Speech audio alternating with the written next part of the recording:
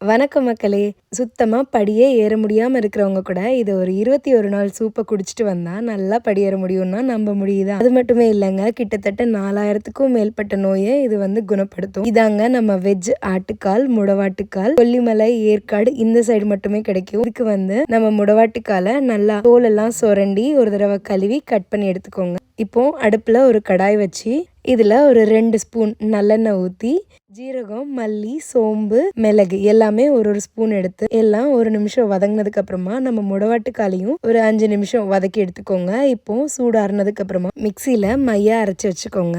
இப்போ ஒரு மண் பாத்திரத்துல ஒரு 2 செம்பு தண்ணி ஊத்தி அரைச்ச விழுதியும் சேர்த்து ஒரு 10 சின்ன வெங்காயத்தை லைட்டா இடிச்சிட்டு அது கூடயே கொஞ்சமா உப்பு, மஞ்சள் தூள் எல்லாம் போட்டு ஒரு 15ல இருந்து 20 நிமிஷம் எல்லாம் கொதிக்க விட்டோம்னா முழங்கால் வலி எல்லாம் குணமாகிற இந்த முடவாட்டுக்கால் சூப் தயார். வீடியோ பிடிச்சா இந்த சேனலை ஃபாலோ பண்ணுங்க.